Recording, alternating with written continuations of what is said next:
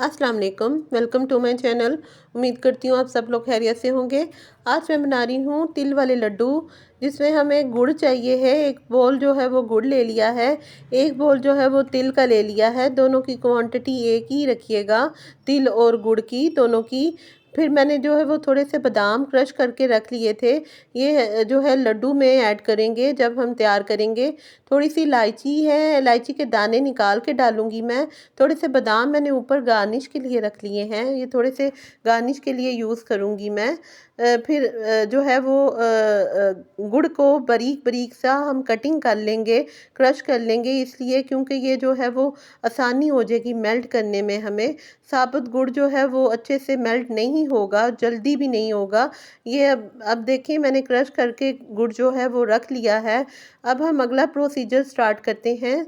तिल ले लिए हैं, ये मैं फ्राई पैन में हल्का सा इनको रोस्ट कर लूँगी। रोस्ट इसलिए करना होता है क्योंकि ये कच्चापन जो है वो तिल में ना रहे। ज़्यादा भी रोस्ट नहीं करिएगा, क्योंकि इसमें जो है वो काफ़ी फिर जलने की स्मेल सी आती है, ऐसे कड़वी सी, वो नहीं आनी चाहिए।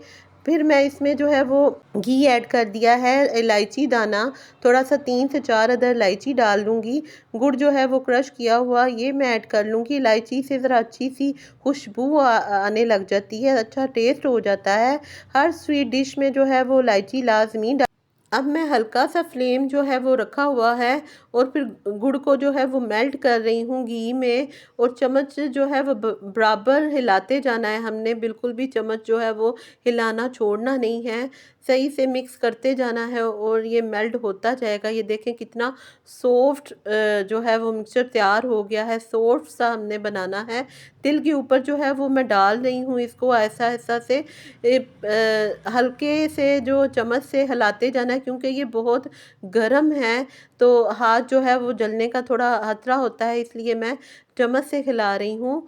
फिर इसमें बादाम जो है वो क्रश किए हुए ये मैं ऐड कर रही हूँ। हल्का हल्का हाथों से मिक्स करते जाना है, अभी भी ये गर्म है इसका जो है अमेज़ा। हल्के हल्के हाथों से जो है वो मिक्स करते जाना है। गरम गरम जो है वही जो अच्छे लड्डू बनेंगे। ठंडा हो जाएगा अमेज़ा, फिर हमारे लड्डू जो हैं वो अच्छे गोल से नहीं बनेंगे, इसलिए गरम गरम ही लड्डू बनाइएगा। सर्दियों में काफ़ी तरह के लड्डू बनाए जाते हैं, सूजी के, दाल के, मोतीचूर के लड्डू। और ये भी लड्डू जो हैं वो बहुत टेस्टी लगते हैं, खाने में बहुत मज़ा देते हैं।